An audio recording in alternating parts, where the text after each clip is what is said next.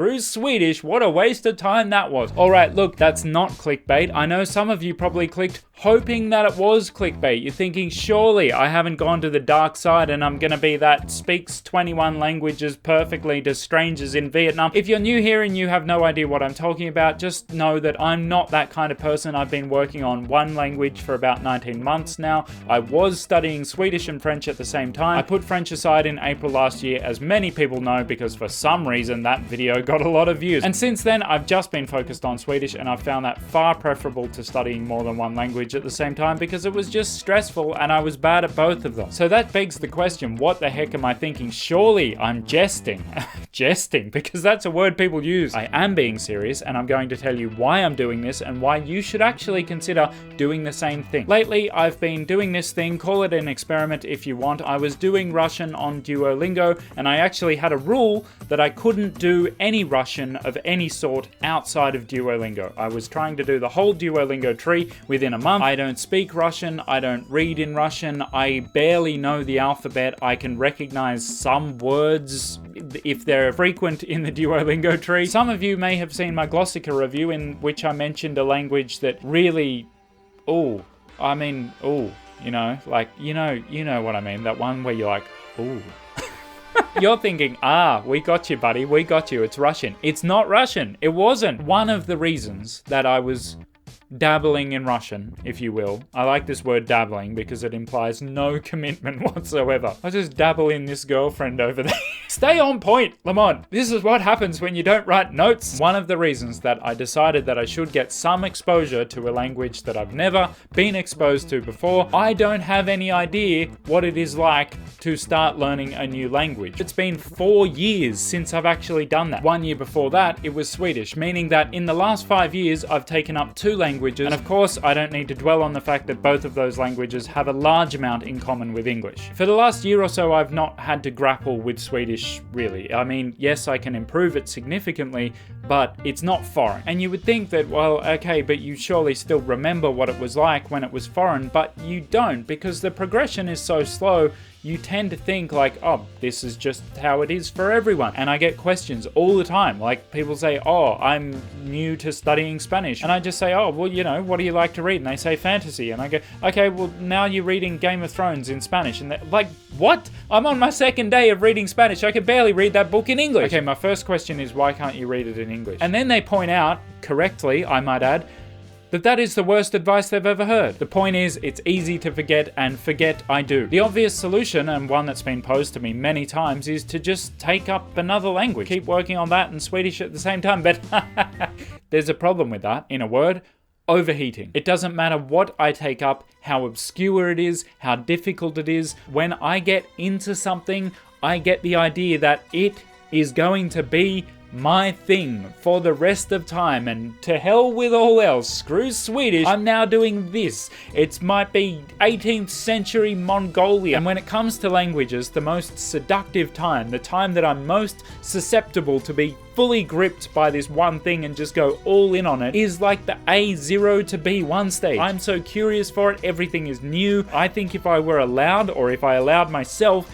to go all in on one language for like 3 days, I could get to B1 in that time. But it doesn't last, and the problem with languages is that I don't really think that B1 is speaking a language. I'm sorry to all those people out there who say, oh, well, B1 is actually... No, and that's why I call it overheating, because in A1 and A2, everything's new, everything's fresh, and it's easy to just turn all the boilers full. I don't know if that's even a real metaphor, but pull out all the stops, do whatever, and just go hot and then burn out completely by B1. And C1 is the stage that I described before, where things are not difficult anymore. You can enjoy them basically as if they were in your native language. I spoke to Leverkivi about this a couple of months ago. He said, C1, okay, it's not that interesting, but it's also not difficult because you can just take in stuff as you normally would, and it's not hard. And he concluded, and I have now come to the same realization, that what is therefore difficult is that stretch between B1 and C1. At B1, very little is comprehensible, but at the same time, nothing is new. It's not, you don't have that same curiosity. So all of that was basically a very long way of saying that, at least for me, the solution is definitely not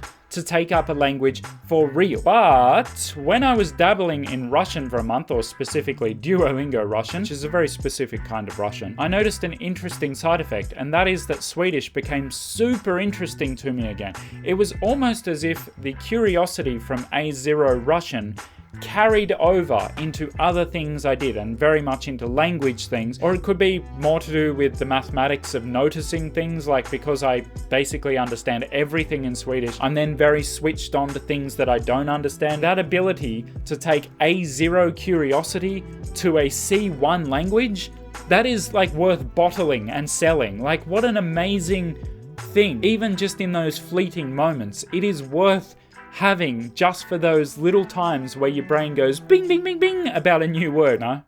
Just me then? I don't think I'm wording this very well, but I assume you guys understand what I mean. At C1, most people are just not that interested in their language anymore because it's not new. And to be able to transfer that newness of another language into the old language, the one that you speak well, that's just amazing. It's worth having even in tiny amounts. And on top of that, which is already a massive benefit, it's helpful to me personally to know more about a number of languages, even if I don't claim to speak those languages at all or even really be able to read them. It's obviously helpful to me to know about the process of starting a number of languages, to know what resources are out there, to know which apps are good for which languages, where to get resources, and everything is much harder to know anything about, and especially to talk about, if I'm essentially refusing to interest myself in any other language. Whereas if I know just a little bit about a language, or I'm just starting to dabble in it now, so I'm getting familiar with it,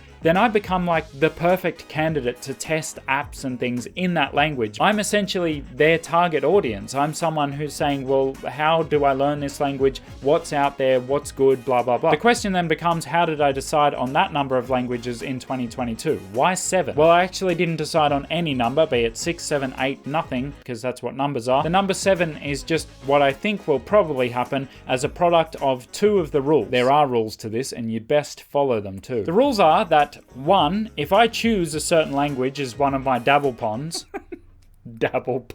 then I have to give that language at least 1 month, even if I don't like it, which is highly unlikely, but just for whatever reason, because otherwise you're not really trying it out at all. But by that same token, I am not allowed to dabble in any language for more than 2 months. 2 months is the absolute upper ceiling on any of the languages. And for me, that rule, that second one, that is the important one. It is to prevent overheating. In 2022, I am not allowed to go all in on a language. And if you think that 2 months as a period of dabbling sounds unnecessarily brief, then you are underestimating the speed at which I can heat up. Didn't sound weird at all. It may shock you to learn this, but you may not actually know me very well. I'm the sort of person who can be like, no, I'm not planning to start a new language anytime soon. Hey, Lamont, $50 says you don't learn Croatian. Hold my beer. 2 months is as long as I dare to make it, and I may even have to enforce a shorter limit at times. The point of a 2 month maximum and 1 month minimum is to ensure that I give everything a chance,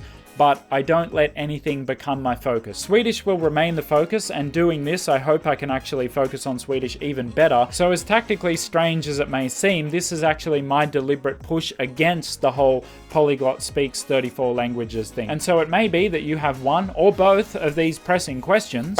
As if anyone is watching this far through the video. A, what languages? And B, will French be one of them? And the answer to both of those questions is genuinely, I don't know. Although on the French one, it's unlikely. Now, I'm bad at making plans beyond the next 3 to 4 hours, so take this with a grain of salt, but my ideal plan, like what I would currently like to happen in 2022, is that I do this, and the whole time I do Swedish, and then come 2023, when I've improved my Swedish and gotten familiar with a bunch of other languages, then go all in on French. And I know that a lot of people would say that, well, surely with your Swedish at a C1, and I am very comfortable to call it a C1, surely that language could just go into maintenance mode and you could take up a new language. And yeah, they're right. It totally could survive in maintenance mode, and I could study a new language and my Swedish would not just disappear.